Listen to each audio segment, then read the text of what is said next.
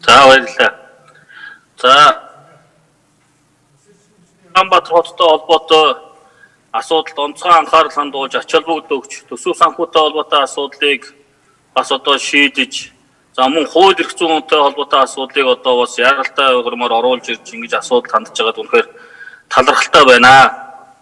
Ер нь нийслэл Улаанбаатар хотын тулгымдсан асуудлуудыг зөвхөн одоо нийслэлийн төсөв, улсын төсвийн хэдэн төгрөгөөр одоо бас харуул энэ тулгымдсан асуудлуудыг шийдэхэд одоо үнэхээр одоо боломжгүй.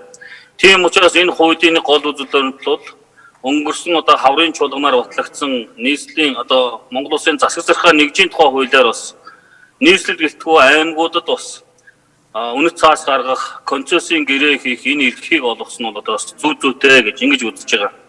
Тийм учраас цаашдаа Улаанбаатар хот маань өөрөө зөвхөн улсын төсвийг харалгүйгээр өөрсдөө байгаа өмчөө ашиглаж, эдийн засгийн эргэлтгүй байгаа энэ одоо өмч хөрөнгүүдийг ашиглаж мөнгө босгох тулгымдсан асуудлаа шийдэх энэ болцоо боломжууд энэ хуулиар одоо үүснэ гэж ингэж харж байгаа.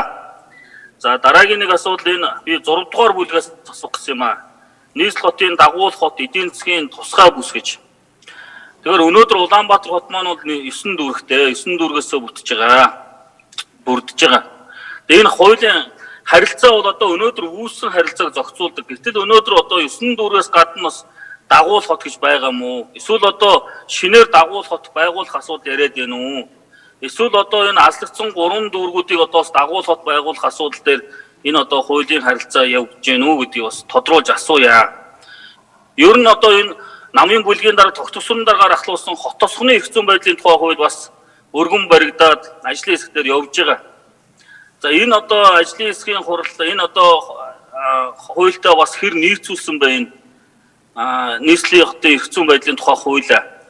Хот тосгоны эрх зүйн байдлын хуулиар цаашдаа бол одоо энэ улсын зэрэгтэй хотуудыг орон нутгийн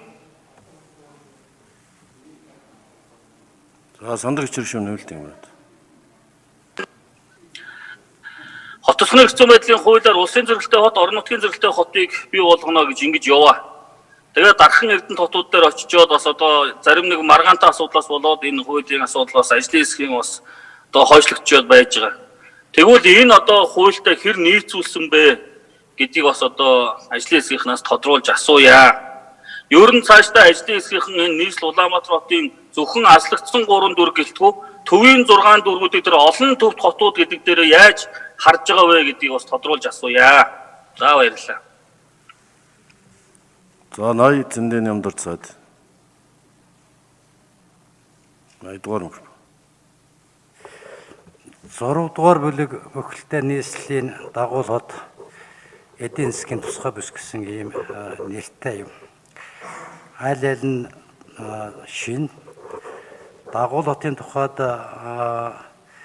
засгийн газрын өргөн мэдүүлснээр их хурал байгуулна. Дагуул хотын дотор тусгай бүс байхаар зохицуулт хийсэн. Дагуул хотын захирагч нь тусгай бүсийн дарга байхаар ийм шин зохицуулт орж ирж байгаа гэдгийг хэлье. Тэр тусгай бүс гэдэг зүйлийг 5 чиглэлд байгуулахаар төслийн 39 тусгайд өгчихсөн байж байгаа та бүхэн энэтэй танилцсан байхаа гэж найдаж байна.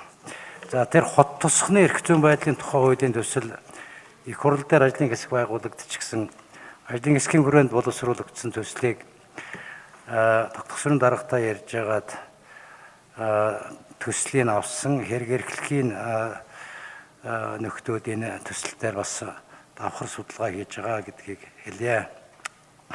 Засаг захиргааны шинэ хууль 22 оны 1 сарын 1-ээс өмнө 1-ээс мөрдөгдөж эхэлнэ. Энэ хуульд хамтдаа энэ нийслэлийн эрх зүйн байдлын тухай хууль, за тэр юуны хот тосгоны эрх зүйн байдлын тухай хууль намрын жуулганаар батлагдчихвал ингээд цогцоороо хэрэгжээд явчих хууль зүйн үндэслэл бүрднэ гэж тооцож байгаа. Зүгээр дархан эрдэнэт гэх мэтийн том хотуудын эрх зүйн байдал засаг захиргааны аймаг нийслэлтэй ижил төвшөнд байх ёстой гэдэг маргаан дээр л их хурал дээр гол асуудал яригдж байгаа юм байлаа гэдгийг хэлье. Ийм зөвлөдүүдийг би Сандаг очир гишүүний асуултанд хариулах замаар мэдээ.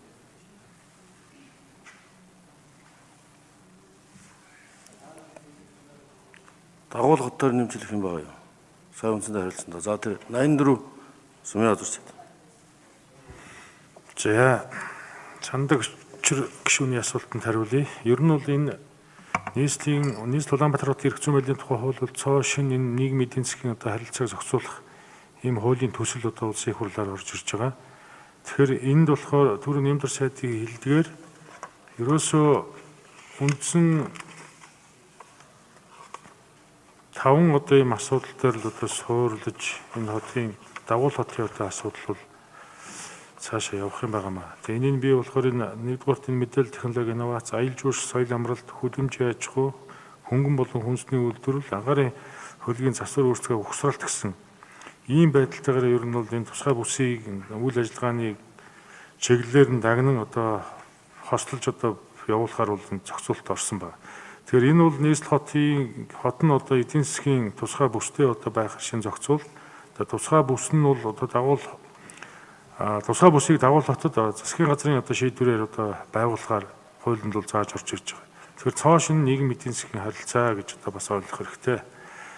За дүүргүүд бол одоо жишээ нь хаслагдсан дүүргүүд яг хөгжлийн концепц нь бол ер нь урт хугацааны хөгжлийн бодлого 2050, за Улаанбаатар хотыг хөгжүүлэх 2040 оны төлөвлөгөө, за засгийн газрын үйл ажиллагааны үндсэн чиглэл, мөрийн хөтөлбөр, за засаг даргын үйл ажиллагааны одоо хөтөлбөрөөрөө уялдаж нөгөө хэрэгжих ажлууд нь бол хөтөлбөрийн дагуу хуулийнхаа хүрээнд бас давхар хийгдээд явах юм зохицуулалт байгаа гэж харж байна.